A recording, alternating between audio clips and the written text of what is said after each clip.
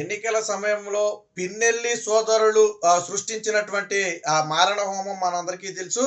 అయితే తాజాగా ఎన్నికలు జరిగిన దాదాపు వారం రోజుల తరువాత ఇప్పుడు ఒక ఘటన అయితే బయటకు రావడం జరిగింది. పాల్వాయి గేటు పోలింగ్ బూత్‌లో స్వయంగా వైసీపీ ఎమ్మెల్యేగా ఉన్నటువంటి వ్యక్తి, ప్రస్తుత అభ్యర్థిగా ఉన్నటువంటి వ్యక్తి పోలింగ్ బూత్‌లోకెళ్ళి ఒక ఈవీఎం మిషన్‌ను స్వయంగా తన చేతులతోనే ధ్వంసం చేసిన ఘటన అయితే ఆలస్యంగా వెలుగులోకి వచ్చింది. దీన్ని ఎలక్షన్ కమిషన్ కూడా చాలా సీరియస్‌గా పరిగణించింది. మొత్తంగా రాష్ట్ర వ్యాప్తంగా 7 చోట్ల దీనికి సంబంధించి అయితే ఈవీఎంలు అయితే బద్దలు కొట్టడం జరిగింది. దీని మీద ఇప్పటికే కేసు నమోదు చేయాలని ఎవరైతే పిన్నెల్లి రామకృష్ణారెడ్డి ప్రస్తుత అభ్యర్థిగా ఉన్నాడు, వైసీపీ ఎమ్మెల్యేగా ఉన్నాడో ఆయన మీద కఠిన క్రిమినల్ చర్యలు నమోదు చేయాలని చెప్పి ఇప్పటికే ఎలక్షన్ కమిషన్ అయితే ఆదేశాలు జారీ చేయడం జరిగింది. బహుశా ఇవాళ రేపట్లో నమోదు చేయడమే కాకుండా అదుపులో కూడా తీసుకునే అవకాశం ఉంది. అయితే ప్రస్తుతానికి పిన్నెల్లి రామకృష్ణారెడ్డి అలాగే ఆయన సోదరుడు వీరిద్దరూ కూడా రాష్ట్రం వదిలి పారిపోయారు. ఆల్రెడీ మనం మాట్లాడుకున్నాం. మొన్న ఏదైతే విధ్వంసం జరిగిందో ఆ విధ్వంసం తరువాత పూర్తిగా అప్స్టాండ్ అయిపోయారు. కొంతమంది అలా చివరికి గన్మెన్ ను కూడా వదిలేసి హైదరాబాద్ అయితే పారిపోయిన ఘటన. అయితే సిట్ బృందం ఏదైతే ఉందో, బ్రిజ్లాల్ బృందం ఏదైతే ఉందో దీని మీద పూర్తి స్థాయి విచారణ చేసి నిన్న ఒక సమగ్ర నివేదిక కూడా సమర్పించడం జరిగింది. సో ఇందులో పిన్నెల్లి సోదరుడే ప్రధానంగా రెచ్చగొట్టి విధ్వంసాన్ని సృష్టించినట్టుగా కూడా ఆ రిపోర్ట్ లో ఉన్నట్టుగా అయితే చెప్తున్నారు. సో పిన్నెల్లి అరాచకం, స్వయంగా ఈవీఎంలు ధ్వంసం చేసిన MLA, Palvai gate polling booth లో ఘటన, సీసీ కెమెరాలో రికార్డ్ అయిన విధ్వంసం, అడ్డుకున్న ఏజెంట్ పై గొడ్డల వేటు. సో ఎప్పుడైతే ఈయన బూత్ లోకి ఓటు వేయడానికి వస్తున్నాడేమోనని చెప్పి అక్కడ బూత్ లో ఉన్నటువంటి ఎవరైతే అధికారులు ఉంటారో వాళ్ళంతా కూడా లేచి నిలబడ్డారు. సమయం ఏంటంటే ఎమ్మెల్యే అని లేచి నిలబడి ఉండొచ్చు. సో ఈయన ఏంటంటే డైరెక్ట్ గా పోలింగ్ ఈవీఎం మిషన్ దగ్గరికి వెళ్ళిపోయాడు. మిషన్ తీసుకుని స్వయంగా తానే నేల కేసు కొట్టడం జరిగింది. అయితే ఎవరైతే టీడీపీ ఏజెంట్ ఉన్నాడో అక్కడ వెంటనే టీడీపీ ఏజెంట్ కానివ్వండి లేదా అక్కడ ఓటు వేయడానికి వెళ్ళిన వ్యక్తి కానివ్వండి అడ్డుకునే ప్రయత్నం చేస్తే అప్పుడైతే హెచ్చరించాడు. అది సీసీ కెమెరా రికార్డులో కూడా మొత్తం ఉంది. ఏదైతే అడ్డుకునే ప్రయత్నం చేస్తే నీ అంతు చూస్తానన్నట్టుగా ఏలు పెట్టి పిన్నెల్లి రామకృష్ణారెడ్డి ఈ అడ్డుకున్న వ్యక్తిని ఏలు పెట్టి బెదిరించి బయటికి వెళ్ళిపోయాడు. అన్నట్టుగానే బయటికి వెళ్ళిన తర్వాత అతని తొల మీద గొడ్డలి వేటు వేశారు. సో ఇప్పుడు అతను ప్రస్తుతానికి చావు బతుకుల మధ్య ఆసుపత్రుల్లో అయితే వైద్యం తీసుకుంటున్నట్టుగా తెలుస్తుంది. అంటే వైసీపీ అరాచకాలు, పిన్నెల్లి సోదరుల అసలు ఇలాంటి వ్యక్తులు రాష్ట్రంలో ఉండటానికి ఏమాత్రం అర్హులు కాదు. ప్రజాస్వామ్యాన్ని కూనీ చేస్తూ పట్టపగలే ఈవీఎంలు ధ్వంసం చేయటం, అడ్డుకునే ప్రయత్నం చేసిన వారి మీద హత్యాయత్నం చేసి వాళ్ళని అడ్డు తొలగించే ప్రయత్నం చేయటం, ఇవన్నీ కూడా కుట్రలో భాగాలే. మాచర్లలో ముఖ్యంగా ఇలాంటి ఏదైతే విధ్వంసకాండ జరిగిందో దీని మీద ఇప్పటికే ఎలక్షన్ కమిషన్ కానివ్వండి లేదా సిట్ కానివ్వండి తీవ్ర స్థాయిలో విచారణ చేయడంతో పాటు ఆగ్రహం కూడా వ్యక్తం చేసిన నేపథ్యం ఇప్పటికే కొంతమంది పోలీసు అధికారులను కూడా బదిలీ చేసింది. మరి ఎందుకు పిన్నెల్లి సోదరులు ఇలా విచ్చలవిడిగా అసలు ఆ రోజు పోలింగ్ బూత్ లో ఈవీఎంలు బద్దలు కొట్టినప్పుడు ఎందుకు పోలీసులు అడ్డుకోలేదు, ఎందుకు పోలీసులు అదుపులోకి తీసుకోలేదు? అనుకోకుండా వెళ్ళినట్టు వెళ్ళి బద్దలు కొట్టేశాడు. ఓకే, అక్కడ పోలీసులు ఉంటారు కదా పోలింగ్ బూత్ లో, వాళ్ళకి సంబంధం లేదా?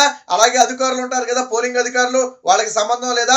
పిన్నెల్లి రామకృష్ణారెడ్డిని అడ్డుకునే ప్రయత్నం చేయాలి కదా, పోలీసులు వెంటనే అతన్ని అదుపులోకి తీసుకోవాలి కదా.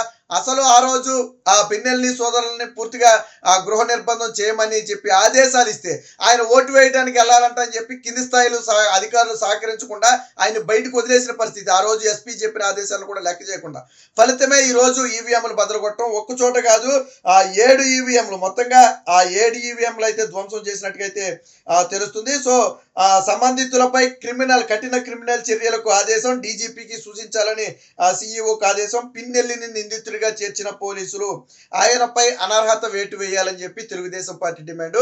ఖచ్చితంగా 100కి 200% పిన్నెల్లి రామకృష్ణారెడ్డి మీద అనర్హత వేటు వేయాలి. ఇలాంటి వాళ్ళు అసెంబ్లీలో అడుగు పెట్టడానికి అనర్హులు.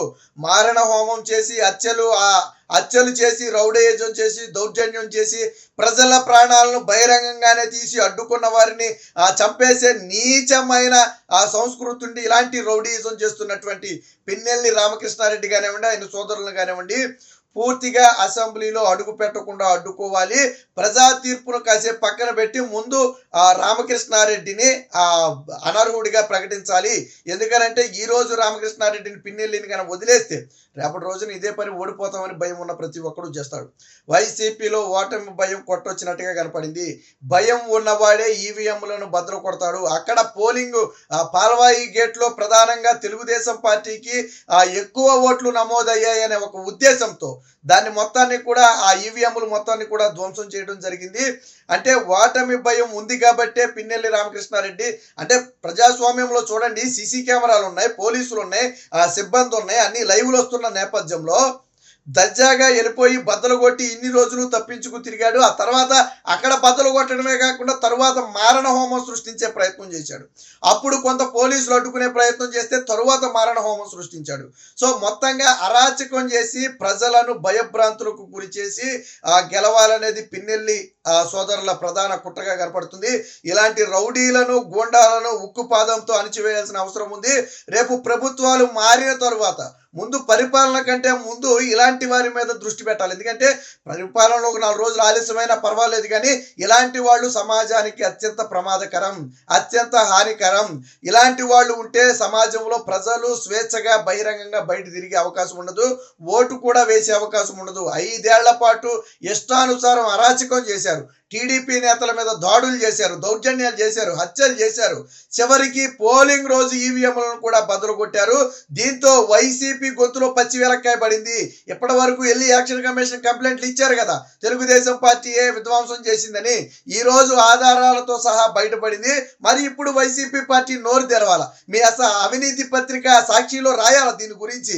పిన్నెల్లి సోదరుడి అరాచకం అని చెప్పి పోలింగ్ బూత్ లో దీని మీద రాయాల. గతంలో భారతీరెడ్డి చెప్పింది, మేము ఎప్పుడు అబద్ధాలు రాయమని చెప్పి ఒక మాట చెప్పింది. ఈ సంవత్సరానికి అదే అతిపెద్ద జోకు. మరి నిజంగా అబద్ధాలు రాయని మీ పత్రిక ఈ రోజు పిన్నెల్లి చేసిన అరాచకాన్ని ఎన్నికల కమిషన్ కూడా ధృవీకరించింది. తక్షణమే పిన్నెల్లి రామకృష్ణారెడ్డిని బర్తరఫ్ చేయాలని మిదే సాక్షిలో ఏదైతే ఇప్పుడు అభ్యర్థిగా ఉన్నాడో దాన్ని కూడా రద్దు చేయాలి. ఎన్నికలలో పోటీ చేయటానికి కూడా అనర్హుడిగా ప్రకటించాలి.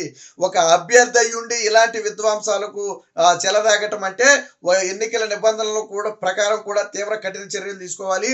అందుకనే ఎలక్షన్ కమిషన్ కూడా మొదట క్రిమినల్ చర్యలు నమోదు చేయమని చెప్పి ఆదేశాలు అయితే ఇచ్చినట్టుగా తెలుస్తుంది. పోలీస్ శాఖ కూడా పిన్నెల్లి సోదరులకు దాసోహం అవటం వల్లే ఈ రోజు ఇన్ని అరాచకాలు జరిగాయి రాష్ట్రంలో.